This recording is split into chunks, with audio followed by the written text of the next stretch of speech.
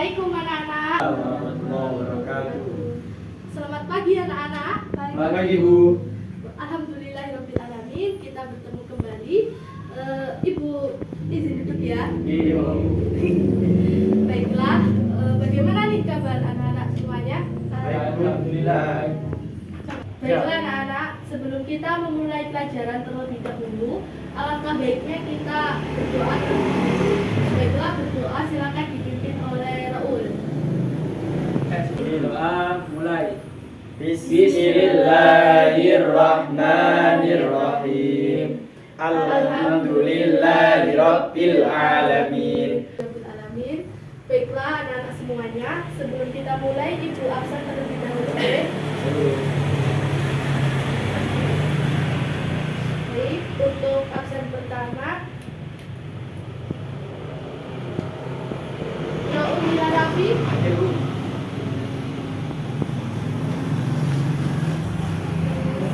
Yuri Eka. Tamliha Al-Kahfi. Ibu. Bagus Indra. Absen Bu.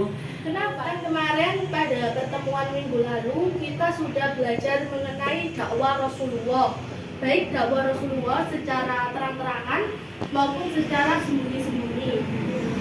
Nah, mungkin dari anak-anak semuanya ini ada yang masih ingat bagaimana sih penjelasannya dakwah Rasulullah secara sembunyi-sembunyi maupun secara terang-terangan. Angkat tangan, boleh angkat tangan. Bu. Ya, silakan Raul. Jadi strategi dakwah Rasulullah itu awalnya secara sembunyi-sembunyi. Hanya dakwah kepada kerabat terdekat saja. Hingga pada akhirnya wahyu turun dari Allah memerintahkan Rasulullah untuk berdakwah secara terang-terangan. Begitu singkatnya. Ya, baik. Betul. Ya, jadi Rasulullah pada saat itu berdakwah kepada saudara terlebih dahulu, kepada saudara terdekat, kepada istrinya, kepada para paman-pamannya. Baiklah. Nah, kali ini kita akan belajar bab 2, yakni bab baru, yaitu tentang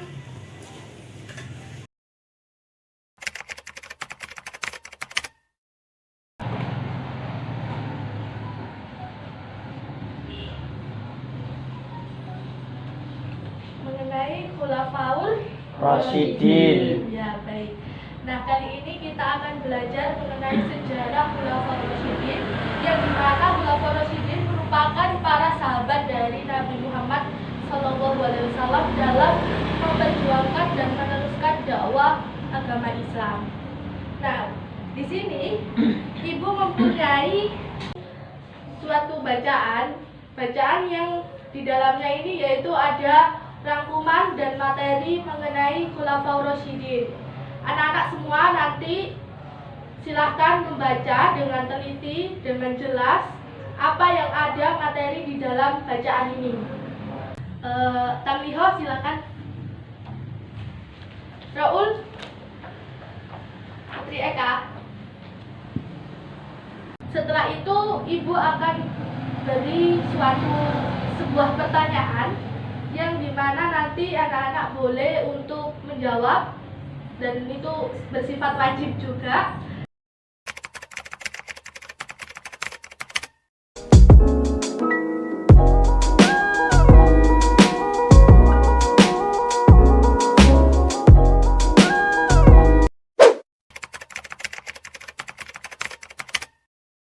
Silakan kertasnya dikembalikan kepada Ibu.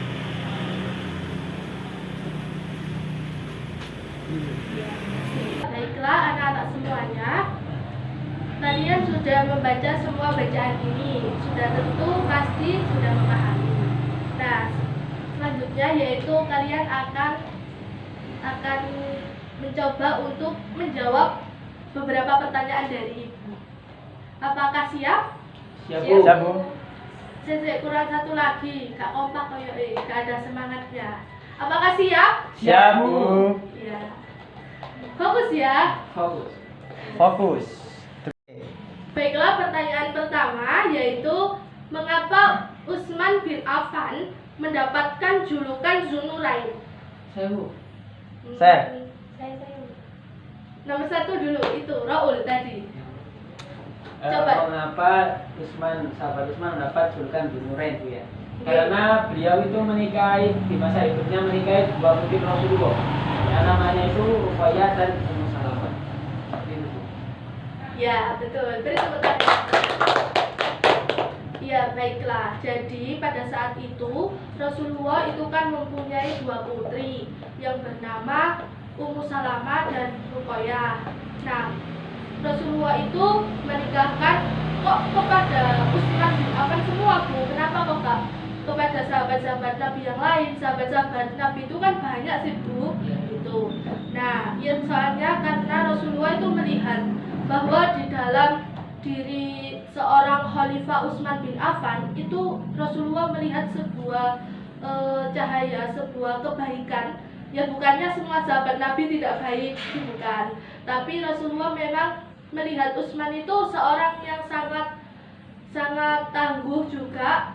Nah, Utsman itu juga tidak hanya kaya dalam hatinya, dalam hati yang baik, tetapi Rasulullah juga kaya dalam segala hal, misalnya hartanya, dalam hatinya, perbuatannya. Gitu. Apakah mungkin ada pertanyaan? Tidak, Bu, paham. Ya, baiklah. Jelas. Ya. Kalau begitu lanjut ya. Iya. Pertanyaan yang kedua. Nunggu ya. Oke. Bagus. Siapa sahabat Nabi yang pertama kali masuk Islam? Saya, Bu. Ya, itu Tamliha tadi mengatakan. Ya baik, Bu, terima kasih. Jadi sahabat Nabi yang pertama kali masuk Islam adalah Abu Bakar As-Siddiq, Bu. Ya, betul sekali. Beri tepuk tangan. Ya, kenapa Bu kok Abu Bakar As-Siddiq itu kok pertama kali masuk Islam? Kok nggak sahabat yang lain? Ya karena Abu Bakar As-Siddiq merupakan kasih saudara pada Rasulullah, yang dimana Abu Bakar merupakan paman Rasulullah juga.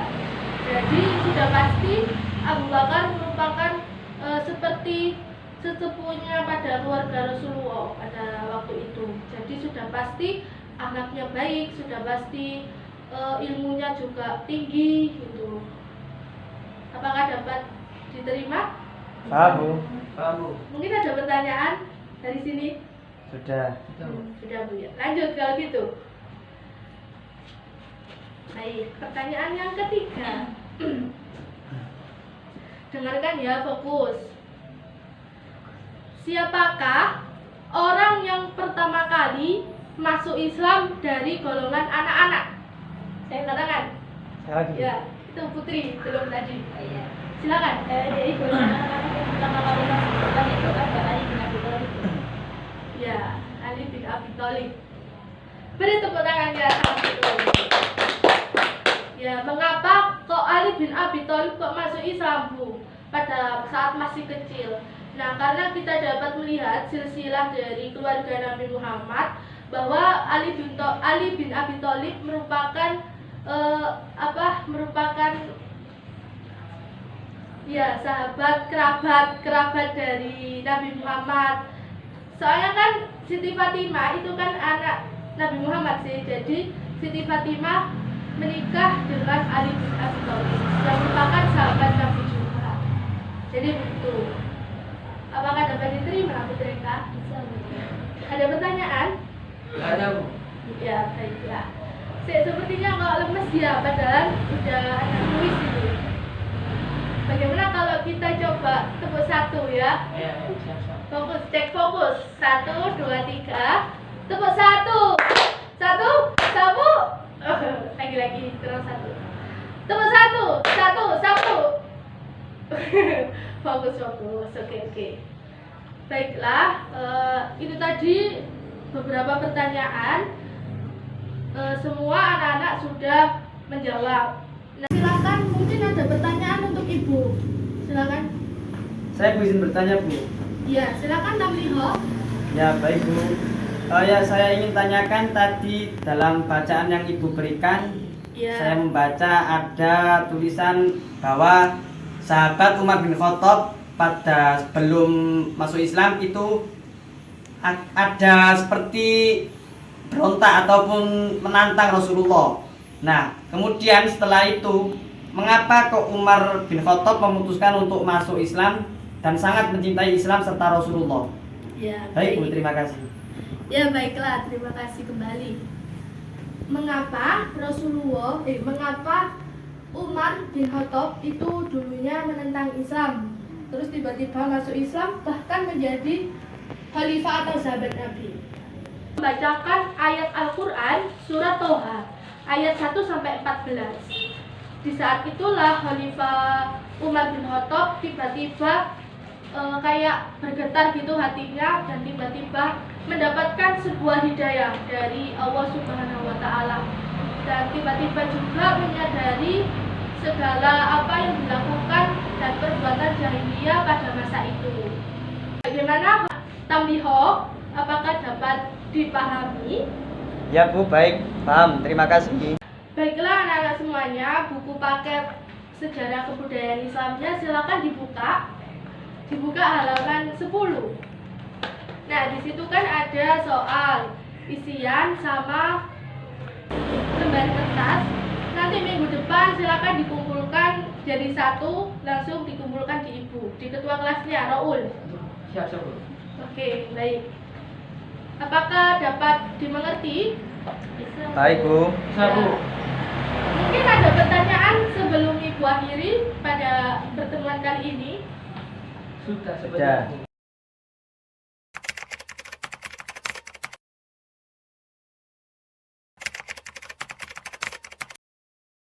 Saya harus rajin belajar, bukunya sering-sering dibaca. Baiklah, tetap semangat ya untuk belajar Ya, agar menjadi seseorang yang berguna nanti bagi nusa, bangsa, dan agama. Amin. Amin. Amin ya, nanti jadi presiden.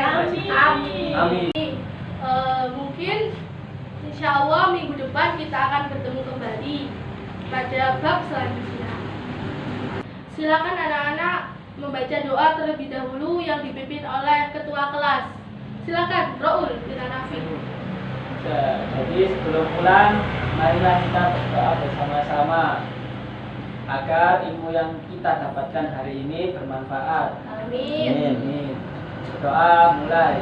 Bismillahirrahmanirrahim. Subhanakallahumma wa bihamdika asyhadu an la ilaha illa anta astaghfiruka wa atubu ilaik. Doa selesai. Alhamdulillahirabbil alamin.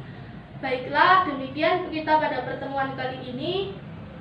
Semoga semua ilmu yang sudah kita pelajari moga-moga bermanfaat untuk di dunia dan di akhirat kelak. Amin. Tetap jaga kesehatan, jangan bermain mulu ya. Assalamualaikum warahmatullahi wabarakatuh. Waalaikumsalam warahmatullahi wabarakatuh.